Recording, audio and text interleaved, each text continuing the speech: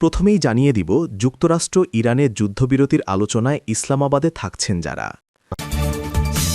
এবার জানিয়ে দিব লেবাননে বুধবার ইসরায়েলি হামলায় নিহত ২০৩, যুদ্ধবিরতির গুরুতর লঙ্ঘন বলছে ইরান। এবার জানিয়ে দেব ১,০০০ ইউক্রেনীয় সেনার লাশ হস্তান্তর করল রাশিয়া। এবং সর্বশেষ জানিয়ে দেব চড়া মূল্যে ট্রাম্পকে যুদ্ধ থেকে বের হওয়ার পথ করে দিল ইরান, যুদ্ধবিরতি চুক্তি। এতক্ষণ শুনছিলেন সংবাদ শিরোনাম, এখন থাকছে বিস্তারিত। আগামী শনিবার ১১ এপ্রিল পাকিস্তানের রাজধানী ইসলামাবাদে অনুষ্ঠিত হতে যাচ্ছে যুক্তরাষ্ট্র ও ইরানের মধ্যে চলমান উত্তেজনা প্রশমনের লক্ষ্যে এক গুরুত্বপূর্ণ শান্তি আলোচনা। এই বৈঠককে ঘিরে আন্তর্জাতিক অঙ্গনে ব্যাপক আগ্রহ তৈরি হয়েছে, কারণ মধ্যপ্রাচ্যে সাম্প্রতিক সংঘাত বৈশ্বিক নিরাপত্তা, জ্বালানি সরবরাহ এবং ভূরাজনৈতিক স্থিতিশীলতার ওপর বড় ধরনের প্রভাব ফেলেছে। এই উচ্চ পর্যায়ের বৈঠকের আয়োজক হিসেবে পাকিস্তান একটি শক্তিশালী কূটনৈতিক ভূমিকা পালন করছে। দেশটির প্রধানমন্ত্রী মোহাম্মদ শেহবাজ শরীফ নিজেই আলোচনায় নেতৃত্ব দেবেন। তার সঙ্গে থাকবেন পাকিস্তানের সেনাপতি সৈয়দ আসিম মুনির, যিনি দেশের সামরিক কৌশল নির্ধারণে গুরুত্বপূর্ণ ভূমিকা রাখেন। এছাড়া উপপ্রধানমন্ত্রী ও পররাষ্ট্রমন্ত্রী ইশাক ডার, জাতীয় নিরাপত্তা উপদেষ্টা আসিম মালিক এবং গোয়েন্দা সংস্থা আইএসআই এর প্রধানও উপস্থিত থাকবেন। পাকিস্তানের এই শক্তিশালী প্রতিনিধি দল বৈঠক সফল করতে সক্রিয় মধ্যস্থতাকারীর ভূমিকা পালন করবে। যুক্তরাষ্ট্রের পক্ষ থেকেও একটি প্রভাবশালী প্রতিনিধি দল অংশ নেবে। নেতৃত্ব দেবেন ভাইস প্রেসিডেন্ট জেডি ভ্যান্স। তার সঙ্গে থাকবেন হোয়াইট হাউসের বিশেষ দূত স্টিভ উইটকফ, সাবেক প্রেসিডেন্ট ডোনাল্ড ট্রাম্পের জামাতা ও উপদেষ্টা জারেড কুশনার এবং মার্কিন সেন্টকম কমান্ডার ব্র্যাড কুপার। এই প্রতিনিধি দল মূলত কৌশলগত নিরাপত্তা, সামরিক উত্তেজনা হ্রাস এবং আঞ্চলিক স্থিতিশীলতা নিয়ে আলোচনা করবে। অন্যদিকে ইরানের প্রতিনিধি দলেও থাকছেন দেশটির শীর্ষ নীতি নির্ধারকরা। এতে নেতৃত্ব দেবেন পার্লামেন্ট স্পিকার মোহাম্মদ বাগের গালিবাফ। তার সঙ্গে থাকবেন পররাষ্ট্রমন্ত্রী আব্বাস আরাকচি এবং উপপররাষ্ট্রমন্ত্রী মাজিদ তখতরাবানছি। এই ইরানি প্রতিনিধিরা মূলত দেশের সার্বভৌমত্ব, নিরাপত্তা এবং অর্থনৈতিক স্বার্থ রক্ষার বিষয়গুলো সামনে তুলে ধরবেন। এই বৈঠকের অন্যতম প্রধান লক্ষ্য হচ্ছে সাম্প্রতিক সংঘাতের প্রেক্ষাপটে ঘোষিত ২ সপ্তাহের যুদ্ধবিরতিকে স্থায়ী রূপ দেওয়া। পাশাপাশি বিশ্বের অন্যতম গুরুত্বপূর্ণ সামুদ্রিক পথ স্ট্রেইট অফ হরমুজকে কেন্দ্র করে সৃষ্ট উত্তেজনা নিরসনের বিষয়টিও আলোচনার কেন্দ্রবিন্দুতে থাকবে। এই প্রণালীটি দিয়ে বিশ্বের উল্লেখযোগ্য অংশের তেল পরিবহন হয়। ফলে এখানে যে কোনো অচলাবস্থা বৈশ্বিক অর্থনীতিতে বড় ধরনের প্রভাব ফেলতে পারে। বিশ্লেষকরা মনে করছেন, এই আলোচনা সফল হলে তা শুধু যুক্তরাষ্ট্র ও ইরানের মধ্যকার উত্তেজনা কমাবে না, বরং পুরো মধ্যপ্রাচ্যে স্থিতিশীলতা ফিরিয়ে আনতে গুরুত্বপূর্ণ ভূমিকা রাখবে। তবে অতীত অভিজ্ঞতা বলছে, এমন জটিল ভূরাজনৈতিক সমস্যার সমাধান সহজ নয়। তবুও পাকিস্তানের মধ্যস্থতায় এই উদ্যোগ আন্তর্জাতিক কূটনীতির জন্য একটি গুরুত্বপূর্ণ পদক্ষেপ হিসেবে বিবেচিত হচ্ছে। লেবাননের রাজধানী বেইরুট সহ দেশের বিভিন্ন অঞ্চলে গত বুধবার ৮ এপ্রিল ইসরায়েলের ব্যাপক বিমান হামলার ঘটনায় নিহতের সংখ্যা বেড়ে দাঁড়িয়েছে ২০০ জনেরও বেশি। সর্বশেষ তথ্য অনুযায়ী নিহতের সংখ্যা ২০৩ জনে পৌঁছেছে এবং আহত হয়েছেন অন্তত ১,০০০-এর বেশি মানুষ। এই হামলা সাম্প্রতিক সময়ে লেবাননে সংঘটিত সবচেয়ে প্রাণঘাতী ঘটনাগুলোর একটি হিসেবে বিবেচিত হচ্ছে। লেবাননের স্বাস্থ্যমন্ত্রী রাকান নাসেরেদ্দিন মন্ত্রিসভার বৈঠকে যোগ দেওয়ার আগে সাংবাদিকদের জানান, ইসরায়েলের এই হামলায় হতাহতের সংখ্যা আশঙ্কাজনকভাবে বেড়েছে। তিনি বলেন, বুধবার লেবাননের বিরুদ্ধে চালানো আগ্রাসনে শহীদের সংখ্যা ২০৩ এবং আহতের সংখ্যা ১,০০০-এর বেশি। এর আগে দেশটির স্বাস্থ্য মন্ত্রণালয় প্রাথমিকভাবে জানিয়েছিল নিহতের সংখ্যা ছিল ১৮২ এবং আহতের সংখ্যা ৮৯০ জন। কিন্তু ধ্বংসস্তূপ থেকে আরও মরদেহ উদ্ধার এবং গুরুতর আহতদের মৃত্যুর কারণে এই সংখ্যা দ্রুত বৃদ্ধি পেয়েছে। হামলার মূল লক্ষ্য ছিল বিভিন্ন আবাসিক এলাকা, গুরুত্বপূর্ণ অবকাঠামো এবং কিছু সন্দেহভাজন সামরিক স্থাপনা। প্রত্যক্ষদর্শীরা জানিয়েছেন, হামলার সময় একাধিক শক্তিশালী বিস্ফোরণে পুরো এলাকা কেঁপে ওঠে এবং বহু ভবন ধসে পড়ে। ফলে অনেক মানুষ ধ্বংসস্তূপের নিচে আটকা পড়েন। উদ্ধারকর্মীরা এখনও দিনরাত কাজ করে যাচ্ছেন নিখোঁজদের সন্ধানে। হাসপাতালগুলোতে আহতদের ভিড় সামাল দিতে হিমশিম খেতে হচ্ছে। অনেক জায়গায় চিকিৎসা সরঞ্জামের সংকটও দেখা দিয়েছে। এই ঘটনার পর আন্তর্জাতিক অঙ্গনে তীব্র প্রতিক্রিয়া দেখা দিয়েছে। বিশেষ করে ইরান এই হামলাকে কঠোর ভাষায় নিন্দা জানিয়েছে। তেহরানের পক্ষ থেকে বলা হয়েছে, লেবাননে চলমান ইসরায়েলি হামলা যুক্তরাষ্ট্র ও ইরানের মধ্যে পূর্বে হওয়া যুদ্ধবিরতি চুক্তির একটি গুরুতর লঙ্ঘন। তাদের মতে এই ধরনের আগ্রাসী পদক্ষেপ শুধু আঞ্চলিক উত্তেজনাই বাড়াবে না, বরং শান্তি প্রতিষ্ঠার প্রচেষ্টাকেও ব্যাহত করবে। বিশ্লেষকদের মতে এই হামলা মধ্যপ্রাচ্যে বিদ্যমান উত্তেজনাকে আরও জটিল করে তুলতে পারে। লেবানন দীর্ঘদিন ধরেই রাজনৈতিক অস্থিরতা এবং অর্থনৈতিক সংকটে ভুগছে। তার উপর এই ধরনের হামলা দেশটির পরিস্থিতিকে আরও নাজুক করে তুলছে।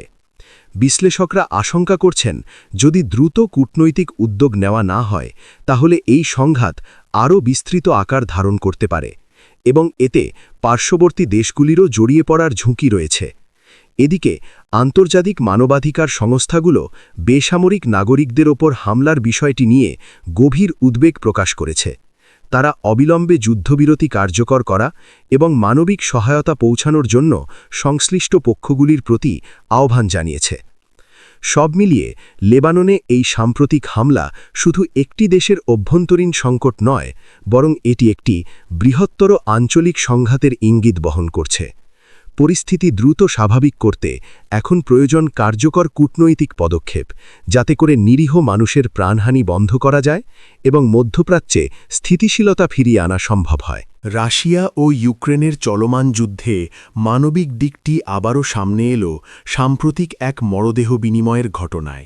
গত বৃহস্পতিবার ৯ এপ্রিল রাশিয়া এবং ইউক্রেনের মধ্যে এক গুরুত্বপূর্ণ বিনিময় সম্পন্ন হয়েছে, যেখানে রাশিয়া ইউক্রেনের কাছে ১,০০০ সেনার লাশ হস্তান্তর করেছে।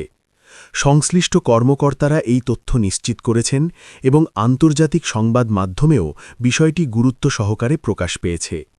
ইউক্রেনের যুদ্ধবন্দী বিনিময় কার্যক্রম পরিচালনাকারী সরকারি কেন্দ্র টেলিগ্রাম অ্যাপের মাধ্যমে জানায়, তারা ১,০০০ মরদেহ গ্রহণ করেছে।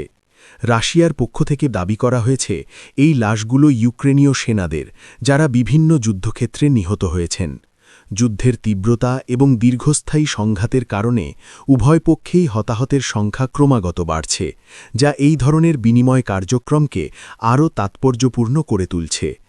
অন্যদিকে রাশিয়ার সংবাদমাধ্যম আরবিসি জানিয়েছে, ইউক্রেনও পাল্টা হিসেবে ৪১ জন নিহত রুশ সেনার মরদেহ ফেরত দিয়েছে। রুশ আইন প্রণেতা শামশাইল সারালিয়েভ এই তথ্য নিশ্চিত করেছেন। যদিও সংখ্যার দিক থেকে পার্থক্য স্পষ্ট, তবে উভয় পক্ষের এই উদ্যোগকে একটি মানবিক পদক্ষেপ হিসেবে দেখা হচ্ছে, যেখানে যুদ্ধের মধ্যেও নিহতদের প্রতি ন্যূনতম সম্মান প্রদর্শনের চেষ্টা করা হচ্ছে। বিশেষজ্ঞরা বলছেন, যুদ্ধের সময় এ ধরনের মরদেহ বিনিময় আন্তর্জাতিক মানবিক আইনের একটি গুরুত্বপূর্ণ অংশ। এটি শুধু নিহতদের পরিবারকে কিছুটা মানসিক স্বস্তি দেয় না, বরং সংঘাতরত পক্ষগুলোর মধ্যে সীমিত হলেও একটি যোগাযোগের চ্যানেল খোলা রাখে। অনেক ক্ষেত্রে এই ধরনের উদ্যোগ ভবিষ্যতে বৃহত্তর শান্তি আলোচনার পথও প্রশস্ত করতে পারে। রাশিয়া ইউক্রেন ওয়ার শুরুর পর থেকেই উভয় দেশ সময়ে সময়ে যুদ্ধবন্দী ও নিহত সেনাদের মরদেহ বিনিময় করে আসছে। এই প্রক্রিয়াগুলো সাধারণত নির্দিষ্ট মধ্যস্থতাকারীর সহায়তায় বা পারস্পরিক সমঝোতার ভিত্তিতে সম্পন্ন হয়।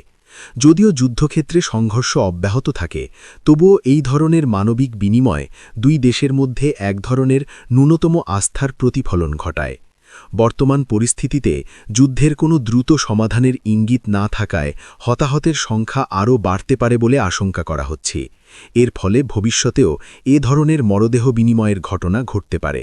তবে আন্তর্জাতিক সম্প্রদায় বারবার যুদ্ধবিরতি এবং কূটনৈতিক সমাধানের ওপর জোর দিচ্ছে, যাতে করে এ ধরনের প্রাণহানি বন্ধ করা সম্ভব হয়। সবশেষে বলা যায়, যুদ্ধের নিষ্ঠুর বাস্তবতার মাঝেও এই মরদেহ বিনিময় একটি মানবিক দৃষ্টান্ত হিসেবে বিবেচিত হচ্ছে। এটি স্মরণ করিয়ে দেয় যে রাজনৈতিক ও সামরিক দ্বন্দ্বের বাইরেও মানবিক মূল্যবোধ এখনও পুরোপুরি হারিয়ে যায়নি। নিহতদের প্রতি সম্মান জানানো এবং তাদের পরিবারকে শেষবারের মতো প্রিয়জনকে দেখার সুযোগ করে দেওয়াই এই উদ্যোগের মূল লক্ষ্য। শেষ পর্যন্ত আপাতত উত্তেজনার বদলে সংযমই জয়ী হয়েছে, এমনটাই মনে করছেন আন্তর্জাতিক বিশ্লেষকরা। ডোনাল্ড ট্রাম্প ওয়াশিংটন সময় সন্ধ্যা ৬:৩২ সামাজিক যোগাযোগ মাধ্যমে দেওয়া এক বার্তায় জানান, যুক্তরাষ্ট্র ও ইরান একটি চূড়ান্ত শান্তি চুক্তির খুব কাছাকাছি পৌঁছেছে। একই সঙ্গে তিনি ঘোষণা দেন, আলোচনার সুযোগ তৈরি করতে ২ সপ্তাহের জন্য যুদ্ধবিরতিতে সম্মত হয়েছে উভয় পক্ষ।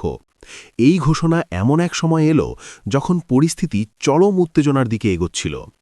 এর আগে ট্রাম্প সতর্ক করেছিলেন, রাত ৮টার মধ্যে যদি কোনো সমঝোতা না হয় তাহলে যুক্তরাষ্ট্র ইরানের জ্বালানি ও পরিবহন অবকাঠামোর ওপর বড় ধরনের সামরিক হামলা চালাবে। ফলে বিশ্বজুড়ে উদ্বেগ তৈরি হয়েছিল যে মধ্যপ্রাচ্যে একটি বড় আকারের যুদ্ধ শুরু হতে পারে। বিশেষ করে তেলের সরবরাহ ও বৈশ্বিক বাণিজ্য ব্যবস্থার ওপর এর মারাত্মক প্রভাব পড়ার আশঙ্কা ছিল। এই প্রেক্ষাপটে ইরানের পক্ষ থেকে কিছু গুরুত্বপূর্ণ শর্ত সামনে আনা হয়। তারা জানায়, লড়াই সাময়িকভাবে স্থগিত রাখতে এবং বিশ্বের অন্যতম গুরুত্বপূর্ণ সামুদ্রিক পথ স্ট্রেট অফ হরমুজ বাণিজ্যিক নৌযান চলাচলের জন্য উন্মুক্ত রাখতে তারা প্রস্তুত।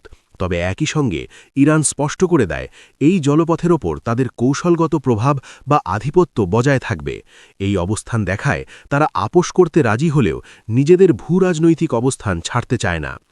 এই সমঝোতা ট্রাম্প প্রশাসনের জন্য একটি বড় রাজনৈতিক ও কৌশলগত স্বস্তি এনে দিয়েছে, কারণ তার সামনে তখন ২টি কঠিন বিকল্প ছিল। একদিকে সামরিক হামলা চালিয়ে সংঘাতকে আরও তীব্র করা, যা পুরো অঞ্চলে ভয়াবহ পরিণতি ডেকে আনতে পারত। অন্যদিকে পিছু হটে নিজের কঠোর অবস্থান থেকে সরে আসা, যা তার নেতৃত্বের বিশ্বাসযোগ্যতা নিয়ে প্রশ্ন তুলতে পারত। বর্তমান সমঝোতা তাকে এই ২ বিপজ্জনক পথের মাঝখান দিয়ে আপাতত একটি মধ্যপন্থা বেছে নেওয়ার সুযোগ দিয়েছে। তবে বিশ্লেষকরা সতর্ক করে দিচ্ছেন, এটি স্থায়ী সমাধান নয়, বরং একটি সাময়িক বিরতি। আগামী ২ সপ্তাহের আলোচনা অত্যন্ত গুরুত্বপূর্ণ হবে। এই সময়ের মধ্যে উভয় পক্ষকে একটি স্থায়ী চুক্তির কাঠামো তৈরি করতে হবে, যেখানে নিরাপত্তা, জ্বালানি রুট, আঞ্চলিক প্রভাব এবং পারস্পরিক আস্থা সব বিষয়ই বিবেচনায় আসবে।